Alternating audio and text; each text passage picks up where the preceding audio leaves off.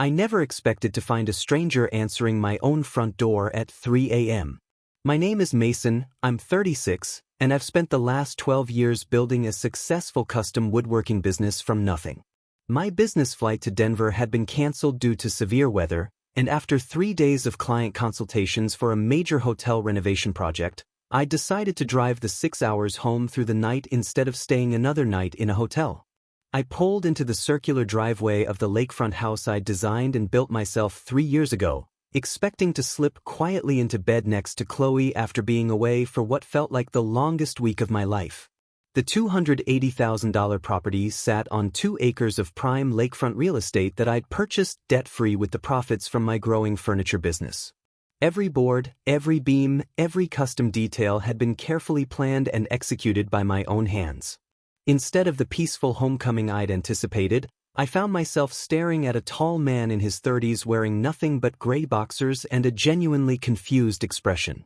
He had dark hair, an athletic build, and the kind of confident posture that suggested he was very comfortable being exactly where he was. He looked me up and down like I was some unwelcome visitor interrupting his evening, then called upstairs without breaking eye contact or showing even a hint of shame. I heard him tell whoever was upstairs that there was someone at the door, and then I heard Chloe's voice drift down from our master bedroom, the one with the cathedral ceiling and custom oak beams I'd spent 3 weeks perfecting last summer. She told him to say she was still sleeping. The words hit me like a sledgehammer to the chest. Not who is it, not what's wrong, not any of the natural questions you'd ask when someone show up at your door in the middle of the night. She knew exactly who was standing at the door of the house she shared with her husband, and her only concern was avoiding the conversation. The stranger grabbed his clothes from my leather sectional, the one I'd handcrafted from reclaimed barn wood and spent months perfecting the hand-stitched details, and bolted past me toward a black BMW sedan parked carelessly behind my work truck. I stood frozen in my own doorway, watching him speed away into the darkness, his headlights cutting through the fog as they disappeared around the wooded bend that led back toward town. 5 years of marriage, 7 years together total, and this was how I discovered my wife was having an affair. The irony wasn't lost on me that I'd come home early to surprise her. I walked slowly into my kitchen, still trying to process what had just happened, when something on the granite counter caught my eye in the dim light. A company ID badge had been left behind in the man's obvious rush to escape, sitting right next to the coffee maker I'd bought Chloe for her birthday last month. Ryan Mitchell, Douglas Construction Supply. The name took me a moment to place, but when it clicked, my stomach dropped even further. Douglas Construction Supply was owned by Chloe's father, Douglas, and it was where she worked as an administrative coordinator. This wasn't some random affair with a stranger she'd met at a bar. This was someone from her daily life, someone who probably knew me by name, someone who'd likely been to our house for family barbecues and holiday gatherings. My hands remained completely steady as I picked up the badge and studied the photo, but my mind was racing through every business trip I'd taken, every late night I'd spent in my workshop, every time she'd claimed to be having girls' nights with her friend Bridget. I'd built this house with my own hands, spending 2 years planning every detail and another year constructing it. Every beam had been carefully selected, every joint precisely cut, every finish personally applied. The exposed timber frame ceiling, the custom walnut cabinets, the fieldstone fireplace, the hand-scraped hardwood floors, all of it represented thousands of hours of careful craftsmanship and attention to detail. Now I realized that while I'd been pouring my heart into creating something beautiful and permanent, a stranger had been sharing it with my wife, sleeping in the king-size bed I'd built from reclaimed chestnut, using the walk-in shower I'd tiled with natural stone I'd selected myself. I set the badge down next to my keys and looked around at everything I'd created, and for the first time in my adult life, I questioned whether building something beautiful was worth anything if the person you built it for could betray it so casually. I spent the rest of that sleepless night sitting in my workshop behind the house, surrounded by the tools and projects that had built my life from nothing into something I'd been proud of until a few hours ago. My custom woodworking business had started in a rented garage 12 years ago with a used table saw and more determination than sense, but I'd built it into something that employed 6 craftsmen and generated enough revenue to live completely debt-free by the time I turned 35. The lakefront property alone was worth $280,000, and I owned it outright along with my workshop, my equipment, and a healthy business account that represented years of careful planning and disciplined spending. I'd never been someone who lived beyond my means or took unnecessary risks, which made the betrayal sitting in my kitchen even more bitter to swallow. As the sun came up over the lake, I forced myself to think through the warning signs I'd been too busy or too trusting to recognize over the past 10 months. It had started around the time I landed the contract for the Grandview Hotel renovation,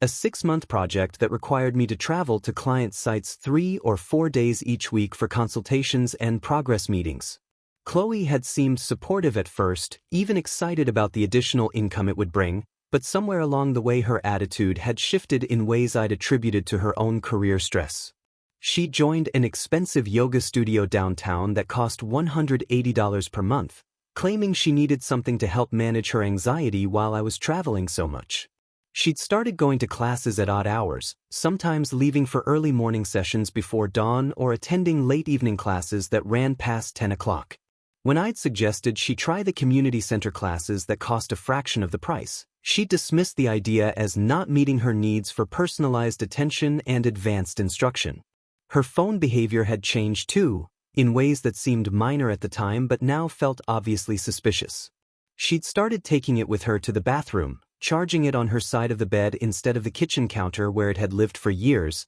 and developed a habit of quickly closing apps or turning the screen away whenever I walked into the room. When I'd mentioned it casually, she'd accused me of being paranoid and controlling, turning the conversation into an argument about trust and personal space that left me feeling like I was the one being unreasonable. The girls' nights had increased in frequency and duration, always organized by her friend Bridget, who'd been divorced twice and seemed to take personal pleasure in undermining married couples with her constant commentary about the benefits of single life. Bridget had a way of making marriage sound like a prison sentence and independence sound like the ultimate freedom, and I'd watched her influence slowly poison Chloe's perspective on our relationship over the course of several months. These girls' nights often lasted until 2 or 3 in the morning, with Chloe returning home smelling like expensive wine and claiming they'd lost track of time talking about work drama or relationship issues. My business partner Austin had tried to warn me on multiple occasions during our late-night strategy sessions at the workshop,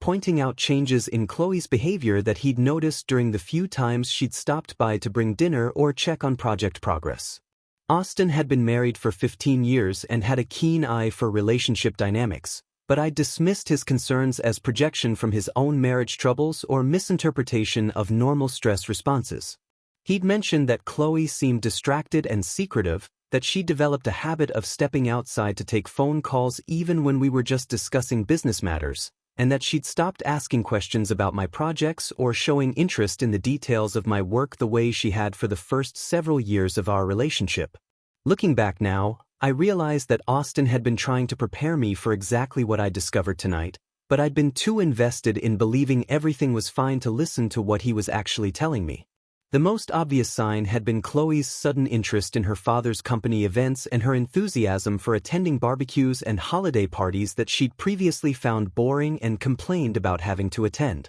She'd gone from making excuses to skip Douglas Construction Supply gatherings to volunteering to help organize them, staying late to clean up and coordinate details that had never interested her before. I'd thought she was finally making an effort to improve her relationship with her father and take more pride in her work, but now I understood she'd been creating opportunities to spend time with Ryan Mitchell in settings where their interaction would seem perfectly natural and appropriate to anyone who might be watching. When Chloe finally came downstairs that morning, I was sitting at the kitchen table with Ryan's ID badge positioned directly in front of me and a cup of coffee that had gone cold hours ago. She walked in wearing one of my old work shirts, her hair messy and her eyes puffy from what I assumed was a sleepless night spent calculating how to handle the situation she'd created. She stopped dead when she saw me sitting there, and I watched her face cycle through surprise, panic, and then a desperate attempt at casual indifference that fooled absolutely no one. She asked what I was doing up so early, as if I hadn't just caught her having an affair in our bedroom a few hours before, and I held up the badge without saying a word. Her face went completely white, and for a moment I thought she might actually faint right there on the kitchen tile I'd installed myself 2 summers ago. She tried 3 different explanations in the span of about 30 seconds, starting with claiming she had no idea how Ryan's badge had ended up in our house, then shifting to saying he must have dropped it during a work-related visit she'd forgotten to mention, and finally landing on the story that he'd been helping her plan a surprise work event and had left it behind accidentally. Each explanation was more obviously fabricated than the last, and I just sat there listening to her dig herself deeper while wondering how I'd never noticed what a terrible liar she actually was. I told her I'd be spending the day getting some answers, and that when I returned that evening, I expected her to be honest about what had been happening and for how long. She started to protest, to demand we talk right then, but I walked past her toward my truck and left her standing in the kitchen with her lies and whatever guilt she might actually have been capable of feeling. My first stop was the 24-hour fitness center where I'd followed Ryan's BMW after he'd fled from my house, figuring that someone who was comfortable enough to spend nights at another man's home probably had predictable routines and habits that would make him easy to track down. I waited in my truck across the parking lot until I saw him emerge from the building around 9:30, wearing gym clothes and looking like he didn't have a care in the world despite having his affair exposed just hours earlier. I followed him to a coffee shop where he met with someone I didn't recognize, and I used the opportunity to call my old friend Marcus, who ran a small private investigation service for insurance companies and divorce attorneys. Marcus had helped me once before when I'd suspected a client of insurance fraud, and I trusted him to handle sensitive information professionally and discreetly. Marcus agreed to do a quick background check on Ryan Mitchell and told me he'd have basic information within a few hours and a more comprehensive report by the end of the week if I wanted to pursue it further. By noon, he'd called me back with information that made my situation even worse than I'd originally thought. Ryan was married with twin daughters who were 7 years old, and he'd been working at Douglas Construction Supply for just over 8 months, which meant the affair had been going on almost since the day he'd started. Marcus had also found social media evidence suggesting that Ryan and Chloe had been communicating privately for months, with tag locations that matched up with several of the girls' nights she'd claimed to be attending with Bridget. The timeline Marcus constructed showed that they'd likely met during the company barbecue in March, started messaging privately by April, and had been coordinating their meetings around my travel schedule since early May. Marcus asked if I wanted him to attempt to contact Ryan's wife, but I told him to hold off until I decided how I wanted to handle the broader situation. The most damaging piece of information came from text message screenshots that Marcus had obtained through a contact at the phone company, showing conversations between Chloe and Ryan where they discussed my travel schedule and made plans to spend time together at my house while I was away on business trips. In one exchange from just 2 weeks earlier, Chloe had joked about how oblivious I was to what was happening right under my nose, and Ryan had responded that he almost felt bad about how trusting and naive I seemed to be. They discussed using my workshop and my tools, laughed about sleeping in the bed I'd built, and even planned to use my hot tub while I was in Denver working on client consultations that would ultimately pay for the utilities and maintenance they were enjoying without permission. Armed with Marcus's evidence and a clear understanding of just how calculated and deliberate the betrayal had been, I drove directly to the office of Sandra Chen, a divorce attorney who'd been recommended by Austin after he'd gone through his own messy separation 3 years earlier. Sandra specialized in cases involving business assets and had a reputation for being thorough, aggressive, and completely committed to protecting her clients' financial interests during the divorce process. I'd called ahead and explained the basics of my situation, so she was prepared with the paperwork I'd need to immediately protect my assets and establish a legal framework for whatever came next. The first step was separating our joint checking and savings accounts, which contained about $47,000 that represented both my business earnings and some inheritance money Chloe had received from her grandmother 2 years ago.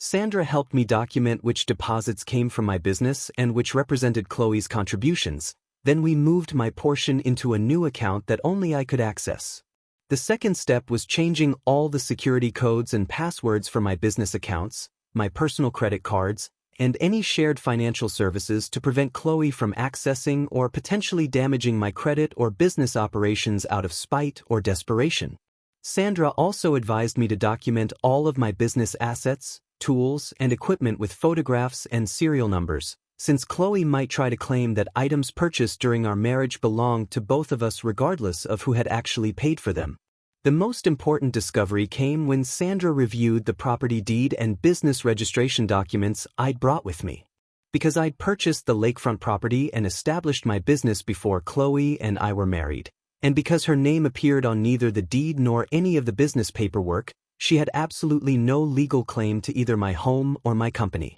Even the renovations and improvements I'd made to the house over the years had been funded entirely through my business income, with receipts and bank records that clearly showed the money trail. Sandra explained that in our state, assets acquired before marriage remain the property of the original owner unless they were explicitly transferred or shared through legal documentation, which I had never done. This meant that Chloe could walk away with her personal belongings, her car, and half of whatever money we'd accumulated in joint accounts during our marriage, but she couldn't touch the house, the business, or any of the tools and equipment that represented my livelihood. When I returned home that evening, I called Douglas, Chloe's father, to inform him about what I'd discovered and give him the opportunity to address the situation from his end before it became a bigger scandal that could damage his company's reputation. Douglas was a straightforward man who'd built his business on trust and reliability, and I knew he'd be horrified to learn that his daughter and one of his employees had been conducting an affair that could expose him to potential lawsuits or damage his standing in the local construction community.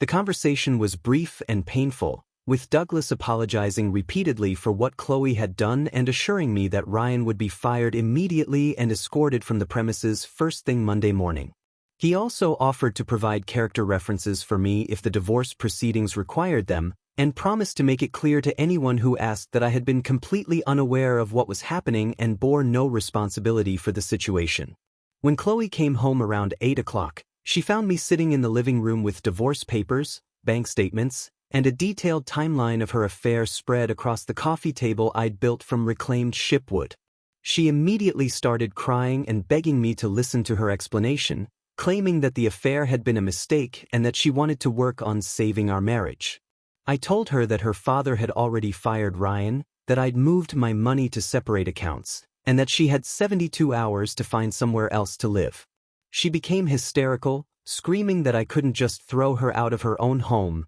and I calmly explained that she'd never actually lived in her own home because her name wasn't on the deed and she'd never contributed a single dollar toward the mortgage, utilities, or maintenance. When she threatened to take half of everything I owned, I showed her the legal documents Sandra had prepared, proving that she had no claim to my business or property. The final straw came when Chloe called her friend Bridget to come over and support her during what she described as my unreasonable and vindictive reaction to a simple mistake. Bridget arrived within an hour and immediately started lecturing me about forgiveness and the importance of working through marital problems, apparently unaware that she was talking to a man who just discovered an 8-month affair conducted in his own home while he was traveling for work. When Bridget suggested I was overreacting and that all marriages went through rough patches, I called the police and had both women removed from my property for trespassing.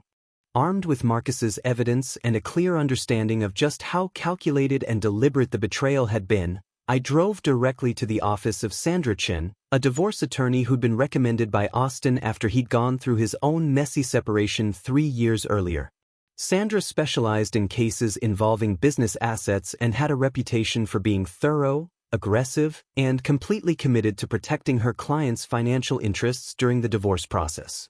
I'd called ahead and explained the basics of my situation, so she was prepared with the paperwork I'd need to immediately protect my assets and establish a legal framework for whatever came next. The first step was separating our joint checking and savings accounts, which contained about $47,000 that represented both my business earnings and some inheritance money Chloe had received from her grandmother 2 years ago. Sandra helped me document which deposits came from my business and which represented Chloe's contributions. Then we moved my portion into a new account that only I could access. The second step was changing all the security codes and passwords for my business accounts, my personal credit cards, and any shared financial services to prevent Chloe from accessing or potentially damaging my credit or business operations out of spite or desperation. Sandra also advised me to document all of my business assets, tools, and equipment with photographs and serial numbers, since Chloe might try to claim that items purchased during our marriage belonged to both of us regardless of who had actually paid for them.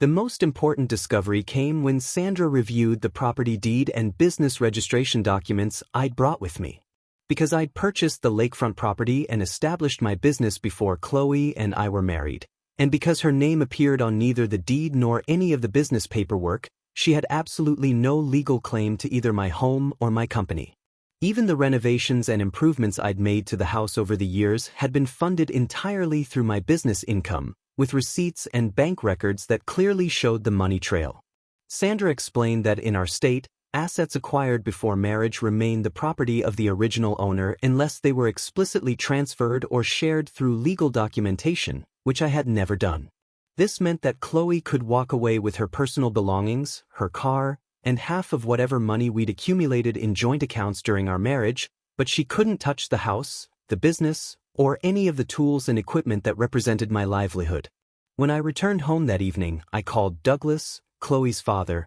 to inform him about what I'd discovered and give him the opportunity to address the situation from his end before it became a bigger scandal that could damage his company's reputation. Douglas was a straightforward man who'd built his business on trust and reliability, and I knew he'd be horrified to learn that his daughter and one of his employees had been conducting an affair that could expose him to potential lawsuits or damage his standing in the local construction community. The conversation was brief and painful, with Douglas apologizing repeatedly for what Chloe had done and assuring me that Ryan would be fired immediately and escorted from the premises first thing Monday morning. He also offered to provide character references for me if the divorce proceedings required them, and promised to make it clear to anyone who asked that I had been completely unaware of what was happening and bore no responsibility for the situation. When Chloe came home around 8 o'clock, she found me sitting in the living room with divorce papers, bank statements, and a detailed timeline of her affair spread across the coffee table I'd built from reclaimed shipwood.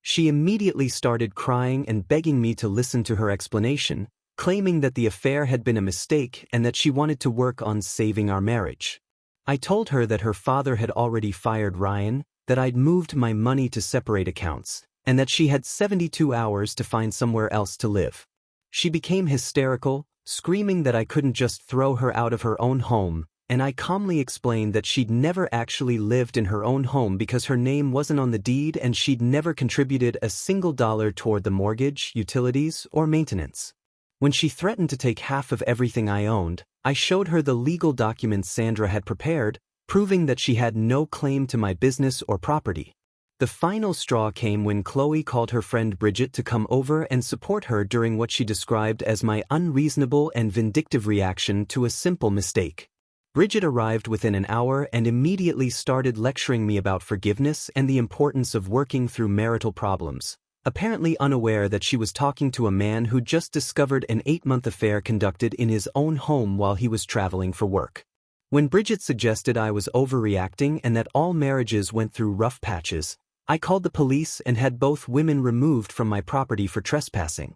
With my personal life finally stabilized and the divorce proceedings moving forward smoothly, I threw myself into expanding my business with a focus and determination that I hadn't felt in years. The mental clarity that came from removing a toxic relationship from my life was remarkable, and I found myself able to concentrate on projects and pursue opportunities that I'd been too distracted to notice while dealing with Chloe's constant drama and deception. Within 2 months of her departure, I'd hired 3 additional craftsmen to handle the increased demand for custom furniture and architectural woodwork, and I'd moved into a larger workshop space that could accommodate the industrial-grade equipment I needed for bigger commercial projects. The first major breakthrough came when I landed a prestigious contract to restore the hand-carved woodwork in the lobby and main staircase of the historic Riverside Museum, a project worth $450,000 that would take 8 months to complete and position my business as a leader in heritage restoration work.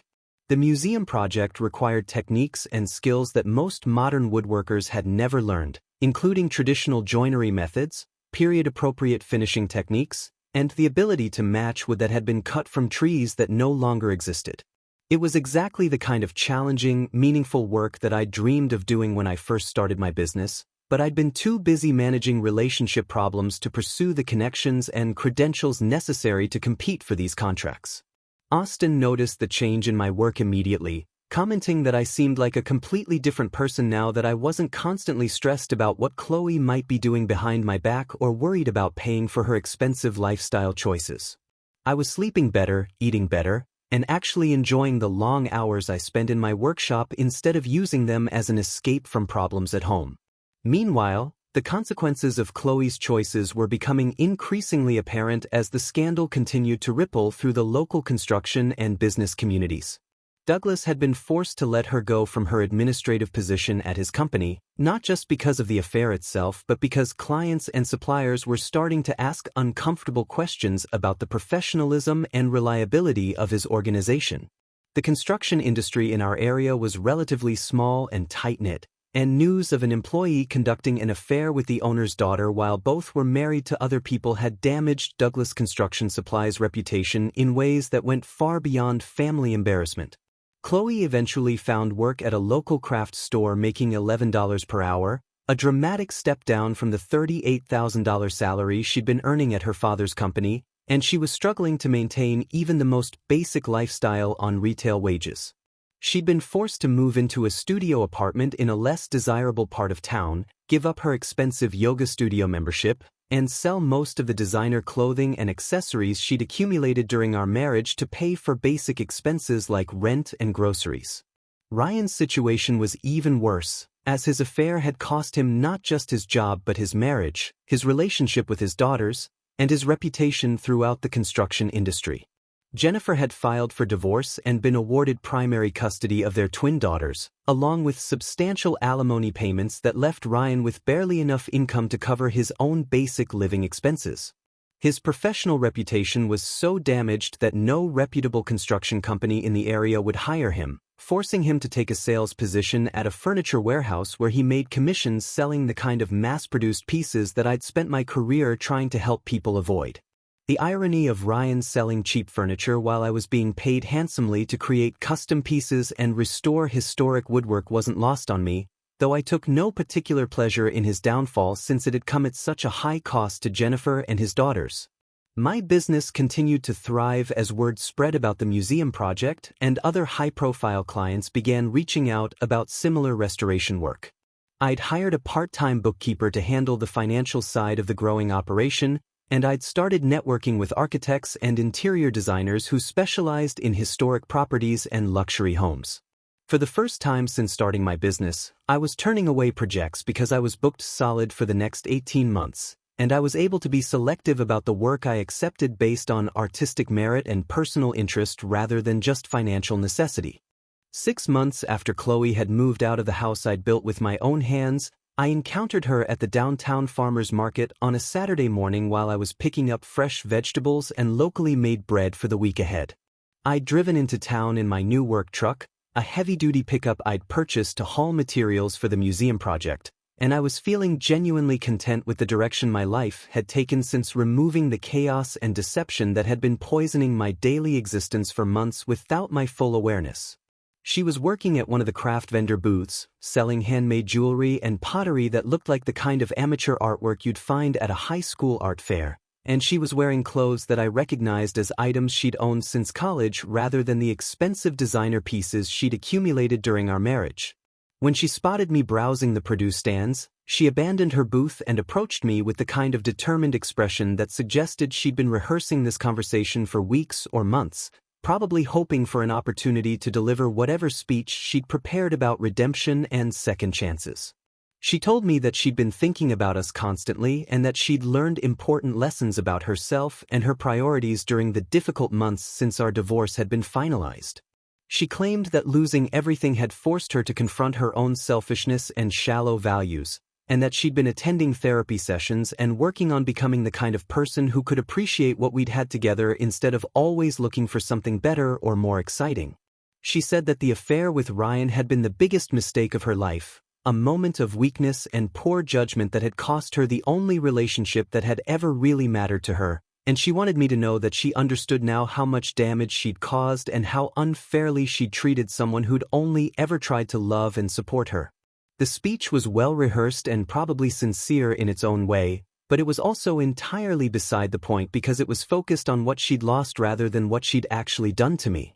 She talked about missing our life together, missing the security and stability I'd provided, missing the house and the lifestyle she'd taken for granted, but she never actually addressed the fundamental character issues that had made the betrayal possible in the first place.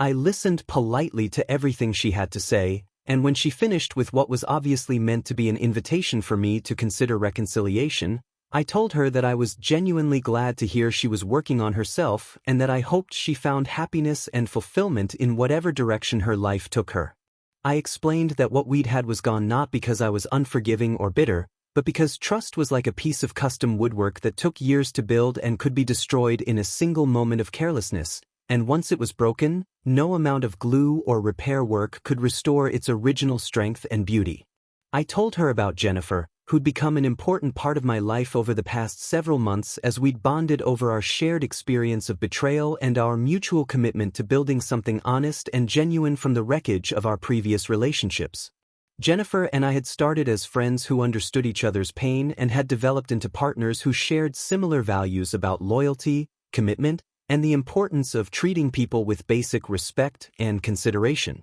We were planning to collaborate on a custom home project that would combine my woodworking skills with her practical knowledge of functional design and space planning, and we'd started talking about the possibility of building a life together based on trust and mutual support rather than convenience or physical attraction. Jennifer's daughters had started spending weekends at my lakefront house, and I was discovering the unexpected joy of being involved in raising children who'd been taught to value honesty, hard work, and genuine achievement rather than image and material possessions. They were bright, curious kids who asked thoughtful questions about woodworking techniques and seemed genuinely interested in learning skills that would serve them throughout their lives rather than just looking for entertainment or instant gratification. When I told Chloe about Jennifer and the direction my life was heading, I watched her face cycle through surprise, hurt, and what looked like genuine regret for opportunities that could never be recovered. She asked if there was any chance that we could remain friends, and I told her honestly that friendship required a foundation of trust and respect that we'd never really established even during the best parts of our relationship. I wished her well, shook her hand, and walked back to my truck with a sense of closure and finality that I hadn't realized I'd been missing. As I drove home to the lakefront house where Jennifer and her daughters would be arriving later that afternoon to help me test recipes for the dinner I was planning to cook for Austin and his family, I realized that losing Chloe had actually been the luckiest thing that had ever happened to me. Her betrayal had forced me to reevaluate what I actually wanted from life and relationships, and it had cleared the way for me to build something authentic with someone who appreciated the same things I valued and who brought her own strength and character to our partnership instead of just expecting to be supported and entertained.